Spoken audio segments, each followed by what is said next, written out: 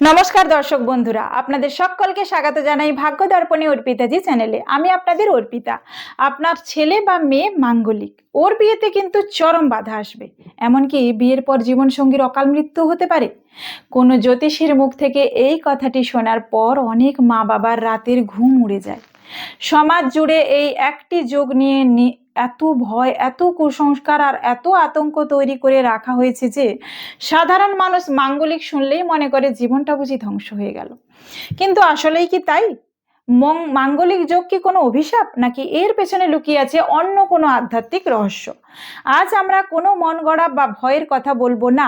আজ আমরা জানবো জন্মকুণ্ডলিতে মাঙ্গলিক যোগ তৈরি হওয়ার পেছনে আপনার পূর্বজন্মের কোন পেন্ডিং কর্মা দায়ী, এর সাথে আপনার প্রারব্ধর কি কানেকশন রয়েছে, কোন গ্রহ বা নক্ষত্রের বিশেষ অবস্থানে এই যোগ মারাত্মক রূপ নেয়, আর কোন গ্রহের বা ট্রানজিটে এর প্রভাব কমে যায়, তার সম্পূর্ণ বৈজ্ঞানিক ও জ্যোতিষীয় বিশ্লেষণ আজ আমি বাস্তব কেস স্টাডি দিয়ে আপনাদের বুঝিয়ে দেব।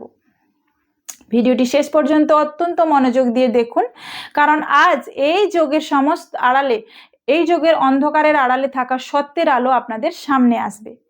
মাঙ্গলিক যোগের আসল রূপ ও গ্রহ নক্ষত্রের অবস্থান নিয়ে প্রথমেই আলোচনা করব। জ্যোতিষশাস্ত্রে মাঙ্গলিক যোগকে ভৌমিক দোষ বা কুজ দোষও বলা হয়, কারণ মঙ্গলের আরেক নাম ভূমিপুত্র বা ভৌমিক। কুণ্ডলিতে মঙ্গলের অবস্থান জন্মকুণ্ডলিতে লগ্ন বা প্রথম ভাব, চতুর্থ ভাব, সপ্তম ভাব, অষ্টম ভাব এবং দ্বাদশ ভাবে যখন অগ্নি ও শক্তির কারক গ্রহ মঙ্গল অবস্থান করে, তখন তাকে মাঙ্গলিক যোগ বলা হয়। প্রথম ভাব অর্থাৎ লগ্ন ভাব মঙ্গল এখানে থাকলে মানুষের ব্যক্তিত্বে প্রচন্ড রাগ, জেদ এবং অহংকার দেয়। চতুর্থ ভাব পারিবারিক সুখ শান্তি নষ্ট করে, ঘরের পরিবেশ উত্তপ্ত রাখে।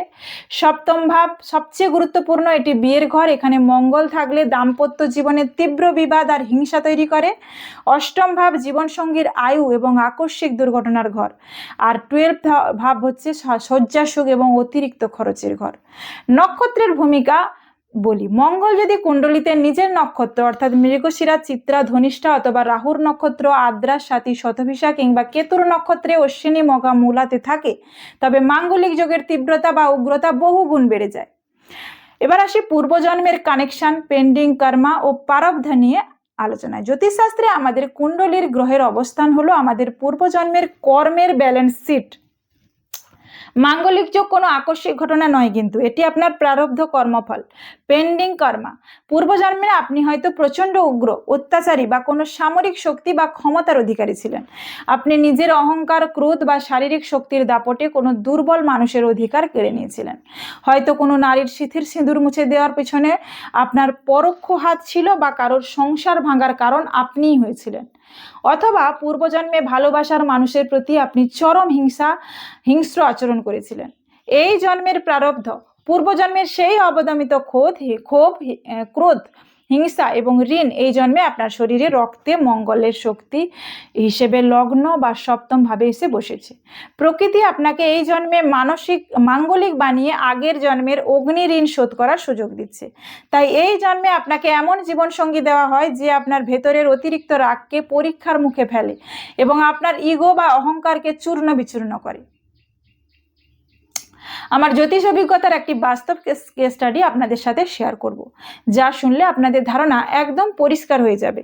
কয়েক বছর আগে আমার কাছে একটি পরিবার তাদের মেয়ের চার্ট নিয়ে আসেন।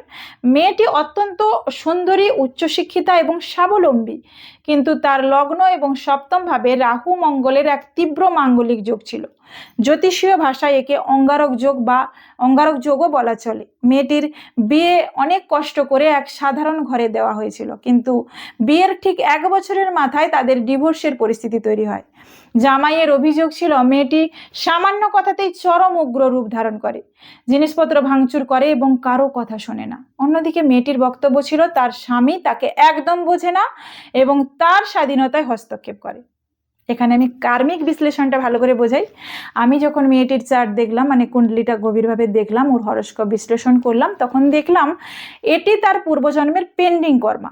পূর্বজন্মে সে অত্যন্ত আধিপত্যকামী ছিল। এই জন্মে মঙ্গল তাকে সব দিক থেকে যোগ্য করলেও তার দাম্পত্য জীবনে সেই পুরনো কার্মিক ঋণ মেটাতে এক কঠিন পরিস্থিতির মুখে দাঁড় করিয়ে দিয়েছে। আমি তাকে কোনো রত্ন প্রতিকার দিইনি, আমি তাকে কিছু বিশেষ মানসিক ও বৈদিক প্রতিকার দিয়েছিলাম।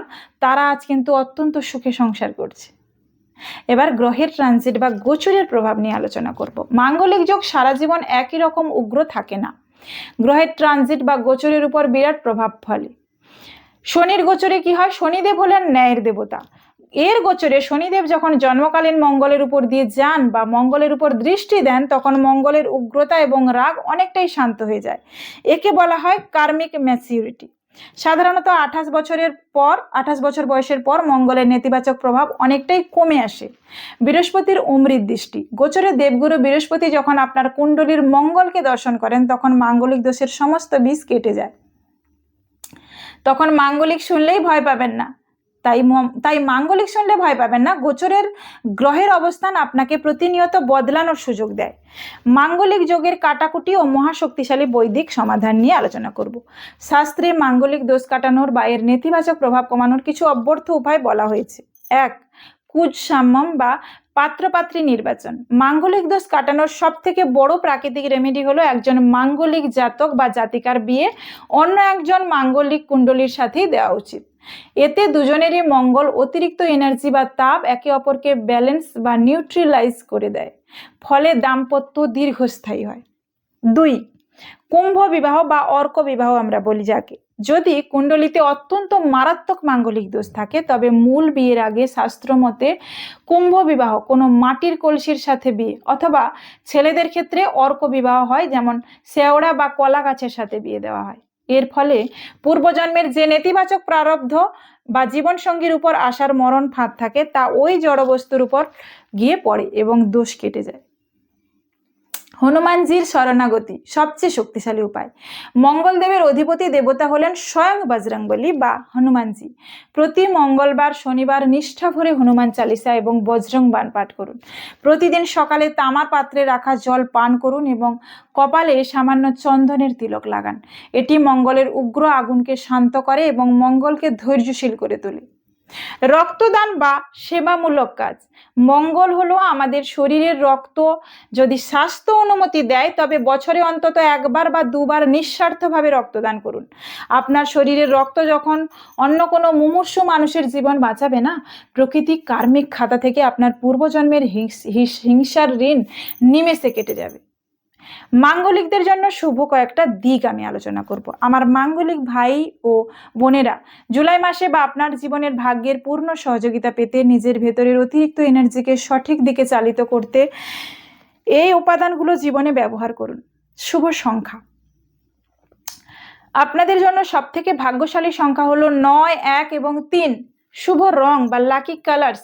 এই মাসে আপনার পজিটিভ এনার্জি বজায় রাখতে জাফরান বা কমলা অর্থাৎ স্যাফরন, গাঢ় লাল অর্থাৎ চেরি রেড এবং উজ্জ্বল হলুদ রঙের পোশাক বেশি ব্যবহার করুন। তো সতর্কতা দিচ্ছি, কালো বা গাঢ় নীল রং মঙ্গলের শক্তিকে বিকৃত করে, তাই এগুলো এড়িয়ে চলবেন। শুভ দিন নিয়ে আলোচনা করি বা লাকি ডেজ। আপনার জন্য সব থেকে শুভ দিন হলো মঙ্গলবার এবং রবিবার। যে কোনো বড় সিদ্ধান্ত বা শুভ কাজ এই দিনে করতে পারেন।